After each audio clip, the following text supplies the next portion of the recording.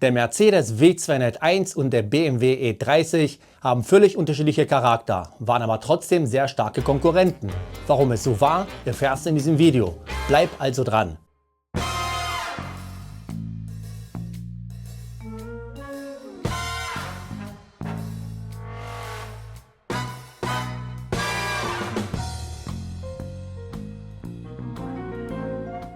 Hallo und herzlich willkommen. Heute nehmen wir zwei absolute Ikonen der 80er und 90er Jahre unter die Lupe. Den Mercedes W201, besser bekannt als Baby-Benz, und den BMW E30, der als sportliche Mittelklasse-Legende gilt. Diese beiden Fahrzeuge haben ihre jeweiligen Marken nachhaltig geprägt und stehen bis heute für unterschiedliche Philosophien. In diesem Video vergleichen wir ihre Motoren, Getriebe, die Stärken und die Schwächen, sowie die Verkaufszahlen und die Preisentwicklung von damals bis heute. Am Ende stellt sich die Frage, wer hat die Nase vorn? Mercedes als auch BMW hatten in den 80er Jahren große Pläne. Mit dem W201 wollte Mercedes eine kompakte Limousine in gewohnter Premium-Qualität anbieten, während BMW mit seinem E30 auf Dynamik und Fahrspaß setzte. Doch welcher war beliebter? Der Mercedes W201 wurde zwischen 1982 und 1993 produziert und verkaufte sich rund 1,87 Millionen Mal. Das war ein solider Erfolg für die Stuttgarter. Doch BMW konnte mit dem E30 noch einen draufsetzen. Von 1982 bis 1994 liefen 2,34 Millionen Exemplare vom Band. Ein wichtiger Faktor für diesen Vorsprung war aber die größere Modellvielfalt. Neben der Limousine gab es den E30 auch als Coupé, Cabrio und Touring. Zusätzlich war auch eine Allradversion, der 325iX, erhältlich, die im Vergleich zu Mercedes W201 konkurrenzlos war. Zudem trug auch das sportliche Image von BMW dazu bei, jüngere und dynamischere Käufer anzusprechen.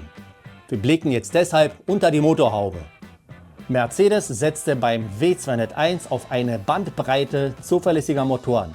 Der Einstieg im Benzinersegment begann mit dem 190 mit 90 PS. Und die Leistungsspitze bildete der Evo 2 mit 235 PS. Bei den Benzinern setzte Mercedes auf den robusten Vierzylinder M102, der in verschiedenen Hubraumgrößen angeboten wurde. Die Motorenpalette ergänzte perfekt der Reihen-Sechszylinder M103, der bekannt für seine Laufruhe und Langlebigkeit ist. Einige Fahrzeuge mit diesem Motor haben ohne größere Probleme mehr als 1 Million Kilometer geschafft. Man kann auch pauschal sagen, dass Mercedes bei den Motoren auf Komfort und Langlebigkeit setzte.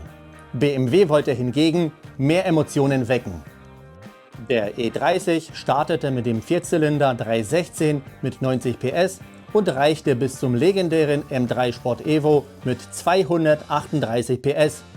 Mehr über den M3 erfährst du in diesem Video, das ich dir in der Videobeschreibung verlinkt habe. Jetzt geht's aber weiter. Die Sechszylinder-Variante der 325i mit 170 PS erfreute sich der größten Beliebtheit, da er eine hervorragende Drehfreude und einen beeindruckenden Motorsound geboten hat. Während der W201 für seine Standfestigkeit bekannt war, lag der Fokus bei dem E30 ganz klar auf Sportlichkeit und Fahrspaß. Deshalb gab es auch im Dieselsegment spannende Unterschiede.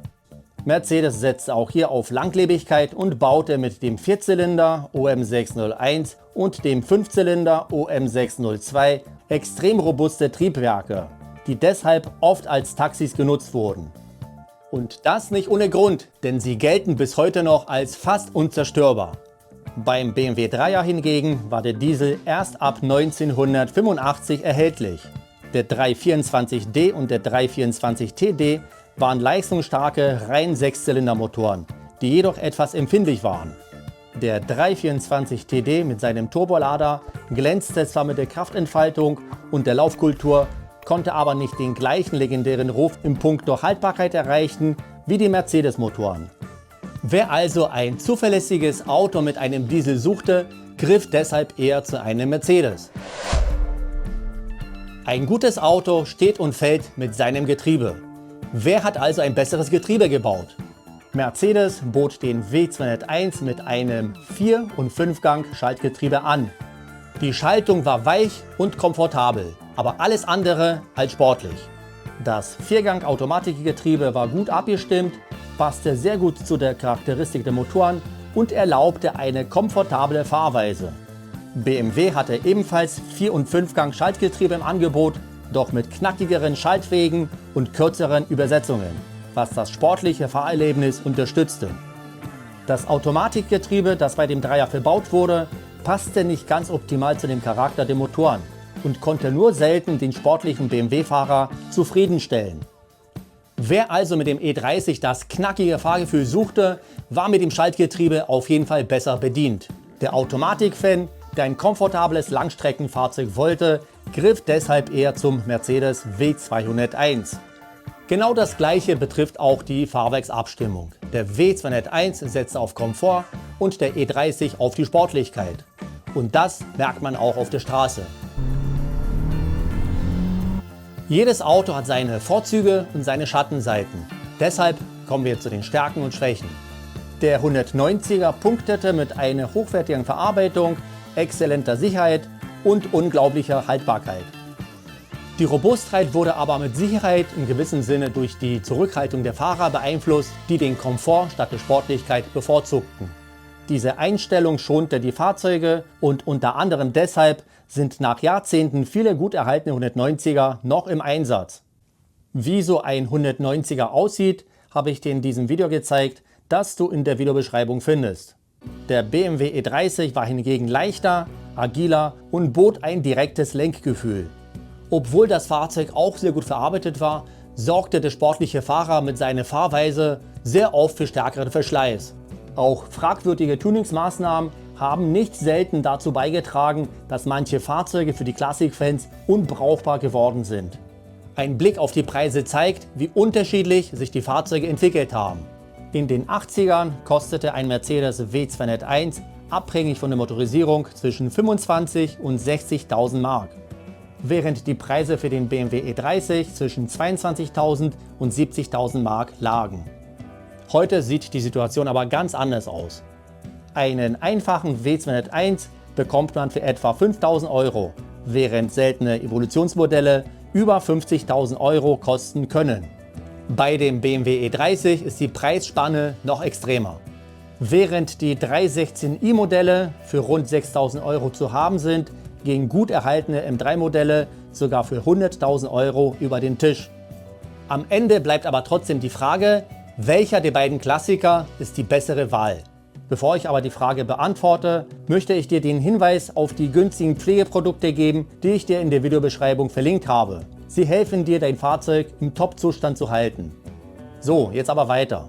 Der Mercedes W201 ist ein perfekter Begleiter für alle, die ein zuverlässiges, langlebiges und komfortables Fahrzeug suchen. Wer hingegen Fahrspaß und eine sportliche Optik bevorzugt, ist mit dem BMW E30 besser beraten. Beide Fahrzeuge haben sich als Legenden etabliert und egal für welches Fahrzeug man sich entscheidet, man wird auf der Straße immer die Blicke auf sich ziehen. Fakt ist aber, dass es einfacher ist, einen originalen und gepflegten 190er zu finden, als einen E30. Und was denkst du? Schreib mir deine Meinung in die Kommentare. Und wenn dir das Video gefallen hat, dann kannst du gerne ein Like dalassen und den Kanal abonnieren, damit du weiteren Videos nicht verpasst. In diesem Sinne, bis zum nächsten Mal.